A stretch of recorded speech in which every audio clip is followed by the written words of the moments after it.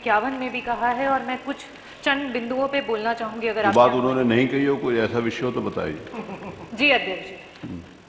अध्यक्ष जी, जो 2022 का रिक्रूटमेंट आया है, जो कि जनरल रिक्रूटमेंट है और साथ ही साथ बैकलॉग का रिक्रूटमेंट है, आदरणीय हमारे सीनियर मेंबर ने बताया कि उसमें किस तरीके से आरक्षण की अवहेलना की गई है, जिसमें चाहे वो एससी कम्युनिटी हो, बैकवर्ड कम्युनिटी हो या एसटी कम्युनिटी हो, उसमें एसटी कम्युनिटी में 100 से ऊपर पद 127 सीट्स पे 0 रिजर्वेशन के तहत एक भी सीट नहीं दी गई है।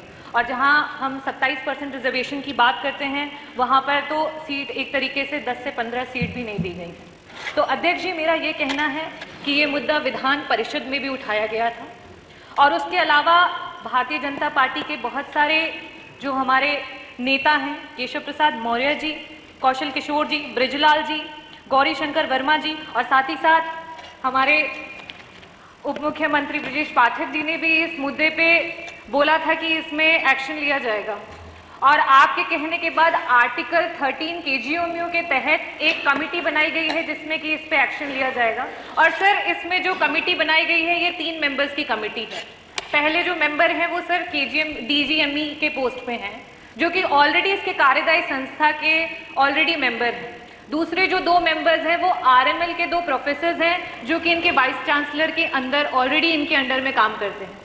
तो सर, जब जो 3 लोग इसमें मेंबर बनाए गए हैं आर्टिकल 13 के तहत इसकी जांच के लिए, वो ऑलरेडी जब इस तरीके की चीजें हो रही थी तब उस पर अंकुश नहीं लगा पाए, तो अब इसकी जांच में किस तरीके से निष्पक्ष तरीके से डिसीजन देंगे, इस पे हम अग्री नहीं करते हैं, पहली बात। दूसरी बात, ये जो भी कमेटी बनाए, क्योंकि ये बार बार इस तरीके के मुद्दे पहले भी हुए हैं और बड़ा ही संगीन मुद्दा है, जिस तरीके से पीडीए, चाहे वो दलित हो, पिछड़ा हो, अल्पसंख्यक हो, उनका हक इस सरकार में बार बार मारा जा रहा है। तो अध्यक्ष जी, एक वाइस चांसलर जो कि केजीएमयू की वाइस चांसलर हैं और साथ ही साथ उन्हें आरएमएल में भी डायरेक्टर का पद दिया गया है, क्या हमारे पास इतने लोग नहीं हैं कि हम उन्हें विभिन्न जगह पर रखें? और जैसे कि बताया गया कि आरएमएल में भी ये सिमिलर सिचुएशन हुई है, जब वो आरएमएल में डायरेक्टर के पद पे रहे और उस समय बैकलॉग की सीटें, जो कि नियमानुसार बैकलॉग की सीटें कभी भी ईडब्ल्यूएस के किसी भी कैंडिडेट से नहीं भरी जाती हैं, उसके बावजूद भी उसको भरा गया है। ये सरासर नाइंसाफी है।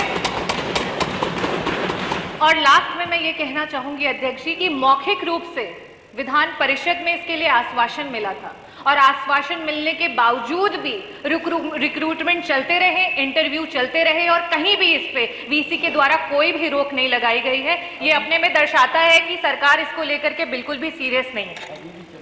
अभी भी सर इंटरव्यू चल रहा है और सर, केजीएमयू की मेंबर बनी हूं तब से लेकर के अभी तक में कोई भी मीटिंग जो है वो नहीं बुलाई जा रही है। ये दर्शा रहा है कि विधायिका कहीं ना कहीं अपने आप में कमजोर होती चली जा रही है।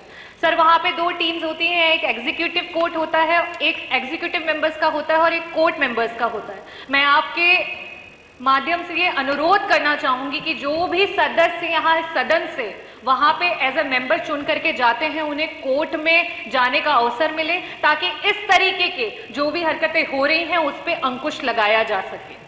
थैंक यू, धन्यवाद। धन्यवाद डॉक्टर आलम, बहुत बहुत धन्यवाद।